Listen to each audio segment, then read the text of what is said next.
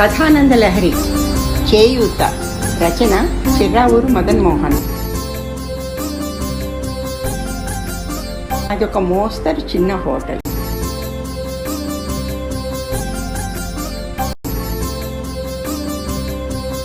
బాబాయ్, ఓ 5 రూపాయలకి ఇడ్లీలు ఇవ్వండి, ఇందులో సాంబారు అంటూ ఓ సత్తు టిఫిన్ క్యారియర్ని టేబుల్ మీద పెట్టి జేబులో నుంచి 4 మత్తలు పెట్టిన పాత 5 రూపాయల నోటు తీసిచ్చాడు 12 ఏళ్ల రాంబాబు. ఆ చొట్టలు పడ్డ సత్తుబొచ్చ, అన్ని మడతలు పెట్టిన 5 రూపాయల నోటుని చూడగానే అతని పరిస్థితిని పసిగట్టిన సుబ్బరామయ్య, ఎవరు బాబు నువ్వు? ఇదివరకు ఎప్పుడు నేను చూడలేదే, మీ నాన్నగారు ఏం చేస్తుంటారే అని ఆప్యాయంగా అడిగాడు. రాంబాబు చొక్కాతు కళ్ళనీళ్లు తుడుచుకుంటూ, ఈ మధ్య మా నాన్నగారు పోయారు, మా అమ్మకి పొగాకు కంపెనీలో పని ఉందంటే ఈ ఊరు వచ్చాం అంటూ ఇడ్లీ పొట్లం పార్సల్ రాగానే సంచిలో వేసుకుని క్యారియర్తో పరుగులాంటి నడకను లంఘించుకున్నాడు రాంబాబు. వాడి నడకని చూసి అతని ఆకలిని కనిపెట్టిన ఆ చిన్న హోటల్కి సుబ్బరామయ్య, పాపం పసివాడు అనుకున్నాడు. రాంబాబు రోజు రావటం మొదలుపెట్టాడు. 5 రూపాయలకి 10 ఇడ్లీలు. రాంబాబు తెచ్చే టిఫిన్ క్యారియర్లో నిజానికి సగానికి కూడా సాంబార్ పోయారు. కానీ సుబ్బరామయ్య ఆ అబ్బాయికి దాని నిండా సాంబార్ పోయమని సర్వర్తో చెప్పాడు. వచ్చిన ఇడ్లీలలో 2 మాత్రం తను తిని 4 ఇడ్లీలు వాడికి పెట్టి మిగతా 4 ఆ సాంబార్లోనే వేసి బడికి పంపేది అతని తల్లి. రాత్రిపూట నూకలుంటే గంజి కాచేది, లేకపోతే మంచినీళ్లు తాగి కడుపు నింపుకునేవాళ్ళు. అందుకే తెల్లారగానే ఆవురావురమంటూ ఇడ్లీల కోసం హోటల్కు పరుగు తీసేవాడు రాంబాబు. రోజు రోజుకు సరుకులు కూరగాయల ధరలు ఆకాశాన్ని అంటుతున్నాయి. దాంతోపాటు సుబ్బరామయ్య హోటల్ అద్దె కూడా బాగా పెరగటంతో ఇడ్లీల ధర పెంచక తప్పలేదు.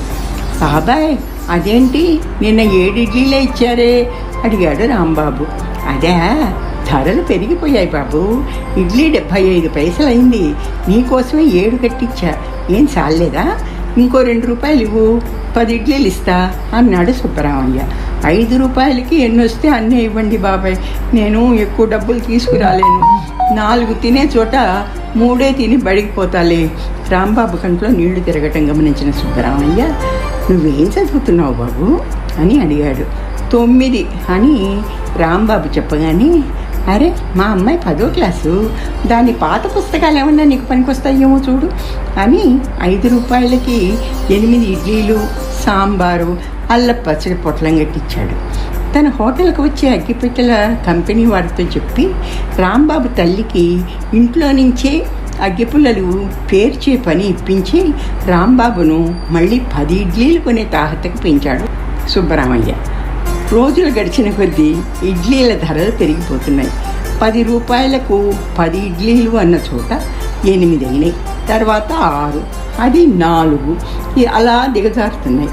కానీ సుబ్బరామయ్య మాత్రం, నువ్వు 10 ఇడ్లీలు తీసుకెళ్ళు బాబు, నేను 10 రాసుకుంటాలే అని మామూలుగా అతని దగ్గర 10 రూపాయలే తీసుకుని 10 ఇడ్లీలు, సాంబారు, చట్నీ, అల్లం పచ్చడి అన్నీ ఇప్పించేవాడు. అది తెలిసిన అతని భార్య అలమేలు కస్సుమని విరుచుకుపడింది.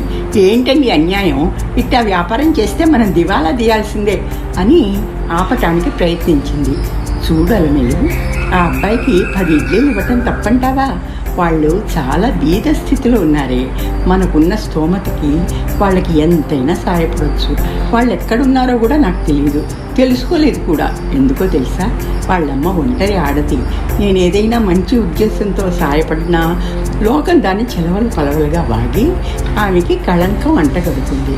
అదీగాక పేదరికంలో సగం కడుపుకు తిని పస్తులుండే పిల్లలు ఎలా పెడదారి పడతారో నాకు బాగా తెలుసు. ఆకలి అన్నది ఎవరినైనా ఎటువంటి ఊబిలోకైనా దించగలదు. అందుకే 2-3 ఇడ్లీలు ఎక్కువ ఇచ్చి ఉడతా పట్టి సహాయపడుతున్నా. ఒక్కోసారి మన హోటల్లో మిగిలిపోయిన వాటిని కాకులకి కుక్కలకి పడేస్తున్నాం కదా, దానికంటే ఓ పిల్లాడికి సహాయపడటంలో తప్పే ఉంది చెప్పు.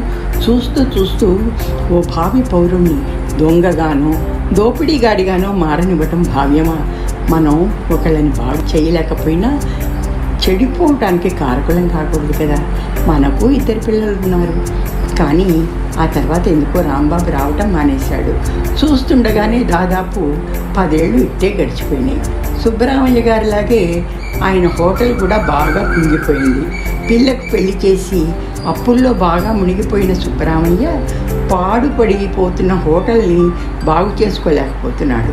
తండ్రి కొడుకులు ఎంత కష్టపడ్డా ఊళ్ళో నాగరికత పెరిగి ఏసీ హోటళ్ళు వెలిసి సుబ్బరామయ్య వ్యాపారాన్ని దెబ్బతీసినాయి. తమ హోటల్కు 6 నెలల అద్దె బాకీ కూడా ఉన్నాడు.